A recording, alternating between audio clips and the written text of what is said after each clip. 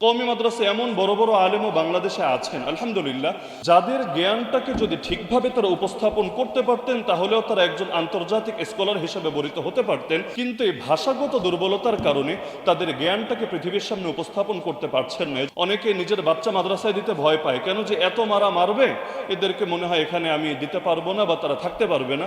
কওমি মাদ্রাসার ছাত্ররা বিশেষ করে যেই ধরনের প্রশিক্ষণের ভেতর বড় হয়, তাদেরকে যে কোনো সেক্টরে যদি কাজে লাগানো হয়, আর্মির লোকগুলো যেমন একটা শৃঙ্খলার ভেতর বড় হওয়ার কারণে তাদের মধ্যে সব ক্ষেত্রে সভ্যতা, ভব্যতা এবং শৃঙ্খলা, মান্যতা অনেক বেশি থাকে, একইভাবে এদেরকেও যে কোনো সেক্টরে কাজে লাগানো হলে তারা এক একজন তারকা হয়ে চমকে যাবে ইনশাআল্লাহ। স্কুল, কলেজ এবং ইউনিভার্সিটিতে কার্যকর ধর্মীয় শিক্ষা নিশ্চিত করা অত্যন্ত প্রয়োজন। কারণ যারা ধর্ম করবে তাদেরও কর্ম লাগবে, যারা কর্ম করবে তাদেরও ধর্ম লাগবে। একটা আরেকটা থেকে কখনোই অমুখাপেক্ষী হবে না। আমরা এমন একটা সময় আছে, একজন মানুষ অনার্স মাস্টার্স কমপ্লিট করে ফেলছে কিন্তু কোরআন বিশুদ্ধ করে পড়তে জানছে না, ঈমান আকীদার বেসিক নলেজটুকু তার ভেতরে থাকছে না। এমনকি যতটুকু জ্ঞানকে ফরজে আইন করে দেওয়া হয়েছে এতটুকু জ্ঞান পর্যন্ত সে রপ্ত করতে পারছে না, তাহলে 16 বছর 20 বছর এত দীর্ঘ পড়াশোনা করে তার কি লাভ হবে? যেখানে কোরআনের প্রথম আয়াতে ছিল ইকরা বিসমি রাব্বিকাল্লাযী খালাক, তুমি পড়ো তোমার রবের নামে যিনি সৃষ্টি করেছেন। তো এই বিষয়টায় নজর দেওয়া দরকার। দ্বিতীয় বিষয় হলো ইনক্লুসিভ বা অন্তর্ভুক্তিমূলক শিক্ষা নিশ্চিত করা দরকার। এমন একটা শিক্ষানীতির রূপরেখা তৈরি করা দরকার যেখানে কোনো ধারাকেই অবহেলা করা হবে না। আমাদের বাংলাদেশে 3 ধারা শিক্ষা আছে, একটা হলো আলিয়া মাদ্রাসা কেন্দ্রিক, একটা কওমি মাদ্রাসা কেন্দ্রিক, আর একটা স্কুল কলেজ সাধারণ কেন্দ্রিক। তাহলে দেখা যাচ্ছে আমরা এমন একটা সময় আছি যে মাদ্রাসা শিক্ষার্থীদেরকে কেমন যেন সমাজের দ্বিতীয় শ্রেণীর নাগরিক মনে করা হয় এবং তাদেরকে সমাজের মূলধারা থেকে বিচ্ছিন্ন করে রাখা হয়। এই বিপ্লবোত্তর বাংলাদেশে আমরা মনে করি এমন একটা শিক্ষানীতির রূপরেখা তৈরি করা দরকার যেখানে নতুন রাষ্ট্র গঠনে এই মাদ্রাসার শিক্ষার সাথে যারা সম্পৃক্ত রয়েছেন তারাও নিজেদেরকে ফ্রন্ট লাইনার বা অগ্রগামী হিসাবে নিজেদেরকে দেখতে পাবেন এবং এই কনফিডেন্স তারা অনুভব করবেন। এরকম একটা অন্তর্ভুক্তিমূলক শিক্ষাধারা নিশ্চিত করা দরকার। তৃতীয় বিষয় হলো নেতিবাচক ন্যারেটিভ পরিবর্তন করা দরকার। মূলধারার গণমাধ্যম ও সমাজে মাদ্রাসা শিক্ষার্থীদেরকে নিয়ে যে সমস্ত গদবাধা এবং নেতিবাচক ধারণা রয়েছে, এই জুলাই পরবর্তী নতুন বাংলাদেশে এগুলোকে ঘুচিয়ে তাদের ভেতরে সঠিক দেশপ্রেম এবং মেধার সঠিক মূল্যায়নটা নিশ্চিত করা দরকার। চতুর্থ বিষয় হলো আমাদের সমাজে সামাজিক একটা দূরত্ব রয়ে গেছে। সাধারণ শিক্ষায় যারা শিক্ষিত আর মাদ্রাসা শিক্ষার যারা শিক্ষিত, এদের ভেতর একটা অদৃশ্য দেয়াল কেমন যেন রয়েছে। এটাকে দূর করার জন্য যৌথ বিতর্ক প্রতিযোগিতা, খেলাধুলা, যৌথ সাংস্কৃতিক বিনিময়, এরকম বিভিন্ন মাধ্যমে তাদেরকে একটা শ্রেণীর ভেতরে নিয়ে আসা দরকার। এর পরবর্তী বিষয় হলো কওমি এবং আলিয়া মাদ্রাসার কারিকুলামটাকে আরও কিভাবে যুগোপযোগী করা যায়, তাদের ধর্মীয় মূল বিষয়টাকে সামনে রেখে পাশাপাশি সমকালীন বিজ্ঞান, তথ্য প্রযুক্তি, গণিত এবং ভাষা শিক্ষা, বিশেষ করে ইংরেজি। কওমি মাদ্রাসা এমন বড় বড় আলেমও বাংলাদেশে আছেন আলহামদুলিল্লাহ, যাদের জ্ঞানটাকে যদি ঠিকভাবে তারা উপস্থাপন করতে পারতেন তাহলেও তারা একজন আন্তর্জাতিক স্কলার হিসেবে বরিত হতে পারতেন। কিন্তু এই ভাষাগত দুর্বলতার কারণে তাদের জ্ঞানটাকে পৃথিবীর সামনে উপস্থাপন করতে পারছেন না। এজন্য দুঃখজনকভাবে বাংলাদেশে এমন আলেম খুব কমই পাওয়া যায় যারা আন্তর্জাতিকভাবে পরিচিত। এটা তাদের জ্ঞানের দুর্বলতার জন্য না, বরং ভাষাগত দুর্বলতার জন্য। তো এই বিষয়গুলো কিভাবে দূর করা যায় এদিকেও নজর দেওয়া দরকার। পরবর্তী বিষয় হলো দক্ষতা ভিত্তিক শিক্ষা। আমাদের মাদ্রাসায় যারা শিক্ষা অর্জন করে সকলেই যে ভবিষ্যতে মাদ্রাসার টিচার হবে বা মসজিদের ইমাম হবে এটা তো আবশ্যক না এবং এটা সম্ভব না, এটা হওয়া উচিত না।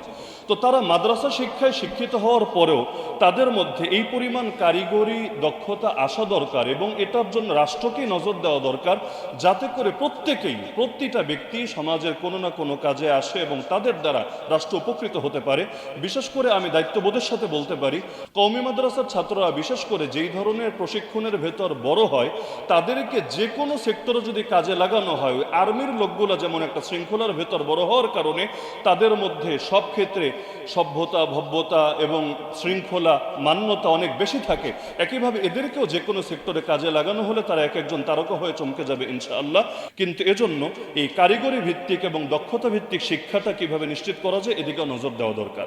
পাশাপাশি সনদ বিগত সময়ে কওমি মাদ্রাসার শিক্ষা স্বীকৃতি দেওয়া হয়েছে, কিন্তু এখনও এটাকে কিভাবে কার্যকারিতা বৃদ্ধি করা যায় এবং এটাকে উচ্চশিক্ষা এবং দেশের বাহিরেও শিক্ষা এবং চাকরি বাকরির ক্ষেত্রেও এটার কিভাবে নিশ্চয়তা দেওয়া যায়, এক্ষেত্রে আমরা দেখতে পাচ্ছি যথাযথ আসলে আমাদের অ্যাক্টিভিটিস নজরে পড়ছে না, বরং গাফলতি রয়েছে, এটাও দূর হওয়া দরকার। পাশাপাশি কওমি মাদ্রাসায় যারা পড়েন তাদের সামাজিক এবং রাষ্ট্রীয় দর্শনের অন্তর্ভুক্তি তাদের ভেতরে হওয়া দরকার। বিশেষ করে সমাজবিজ্ঞান, রাষ্ট্রবিজ্ঞান, অর্থনীতি, আন্তর্জাতিক সম্পর্ক। আমি খুবই স্পিডে বলার চেষ্টা করছি, জাস্ট মূল পয়েন্টগুলো ব্যাখ্যা করার সময় নেই, না হলে এক একটা পয়েন্ট নিয়ে ব্যাখ্যা করতে হবে। জাস্ট মূল পয়েন্টটা অন্তত নজরে আসুক, বিষয়গুলো সামনে আসা দরকার। তাহলে সামাজিক ও রাষ্ট্রীয় দর্শনের অন্তর্ভুক্তি হওয়া দরকার, আর শিক্ষক প্রশিক্ষণটাও নিশ্চিত করা দরকার। বিশেষ করে কওমি মাদ্রাসার যে শিক্ষকরা রয়েছেন আধুনিক শিক্ষাদান পদ্ধতির সাথে অনেকে পরিচিত না। শাসন ছাড়াও কিভাবে বাচ্চাদেরকে পড়া যায়, বিশেষ করে অনেকে নিজের বাচ্চা মাদ্রাসায় দিতে ভয় পায়, কেন যে এত মারবে, এদেরকে মনে হয় এখানে আমি দিতে পারবো না বা তারা থাকতে পারবে না। তা আধুনিক শিক্ষাদান পদ্ধতি, মনস্তত্ত্ব এবং তথ্য প্রযুক্তি বিষয়ক নিয়মিত প্রশিক্ষণ নিশ্চিত করা দরকার। পাশাপাশি একটা বিষয় আমি না বললেই না, চাইল্ড প্রোটেকশন পলিসি এবং অভিযোগ সেলটা নিশ্চিত করা দরকার। মাদ্রাসাগুলোতে বিশেষ করে গত 2-1 মাস ধরে পত্রপত্রিকায় প্রতিদিন বিভিন্ন এমন কিছু খবর আসছে যেটা আসলে আমি নামও মুখে নিতে লজ্জাবোধ করছি, কিন্তু এগুলো ব্যাপকভাবে ছড়িয়ে দেওয়া হচ্ছে। আমি মনে করি প্রতিটা মাদ্রাসায় যদি অভিযোগ সেল থাকতো, কমপ্লেন সেল, যেখানে শিক্ষার্থীরা কোনো ভয় ছাড়া, কোনো দ্বিধা সংকোচ ছাড়া নিজেদের যে কোনো পেরেশানির কথা, হয়রানির কথা সেখানে তারা জানাতে পারত এবং যথাযথ কর্তৃপক্ষের মাধ্যমে এটার স্বাধীন তদন্ত হতো, ব্যবস্থা হতো, এটা আসলে এই দেশের জন্য অত্যন্ত কল্যাণকর হতো এবং আলেম সমাজের ইজ্জত রক্ষার জন্য এটা ব্যাপক ভূমিকা রাখত। পাশাপাশি আধুনিক ব্যবস্থা, আবাসিক ব্যবস্থাটার একটু আধুনিকায়ন করা দরকার। আমাদের দেশে বিশেষ করে কওমি মাদ্রাসায় যে আবাসিক ব্যবস্থাটা প্রচলিত আছে, এটা যদি আধুনিকায়ন না করা হয় তাহলে সেই ক্ষেত্রে কিছু জটিলতা থাকবে। আর সর্বশেষ দুটো পয়েন্ট আমি বলে শেষ করছি। আমাদের মাদ্রাসাগুলোর নিজস্ব মিডিয়া এবং পিআর সেল থাকা দরকার। এখন হলুদ মিডিয়া যা মনে চায় তা ছড়িয়ে দিচ্ছে, আবার দেখা যায় 2 মাস পরে থুক্কু দিয়ে তারা তাদের মত পরিবর্তন করছে যে না আসলে এটা ভিত্তিহীন ছিল, এটা গুজব ছিল, কিন্তু মাঝখানে ইজ্জতের সর্বনাশ হয়ে যাচ্ছে।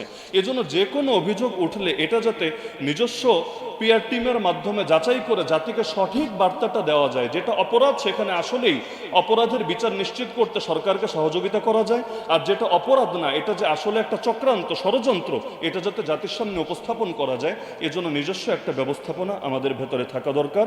আর সর্বশেষ হলো যে বছরে একটা দিন যদি এমন হতো যে একটা মাদ্রাসা দিবস, যেই দিনটা সকল ধারার মানুষরা একসাথে মিলবে, মিশবে এবং সকলে একটা স্রোতের সঙ্গে, কারণ এই দেশ সবাই মিলে গড়তে হবে, দেশটা কারো একার না, দেশটা সকলের। তাহলে এই জুলাইয়ের পরবর্তী বাংলাদেশে আমি কয়েকটা পয়েন্ট সামনে আনার চেষ্টা করলাম। আমি মনে করি এগুলো যদি নিশ্চিত করা হয়, বিশেষ করে কওমি মাদ্রাসার পয়েন্টটা আজকে রচনায় কম এসেছে বা আসে নাই যেভাবে আসা দরকার ছিল আমার মনে হয়েছে, এজন্য কয়েকটা পয়েন্ট আমি দৃষ্টি আকর্ষণ করলাম। আমি আশা করি এগুলো যদি বাস্তবায়ন করা হয় ইনশাআল্লাহ, তাহলে আমাদের এই জুলাই বিপ্লবোত্তর বাংলাদেশে শিক্ষা খাতেও বেশ ভালো একটা পরিবর্তন আসবে। আল্লাহ তাআলা সবাইকে তৌফিক দান করুন, আমিন।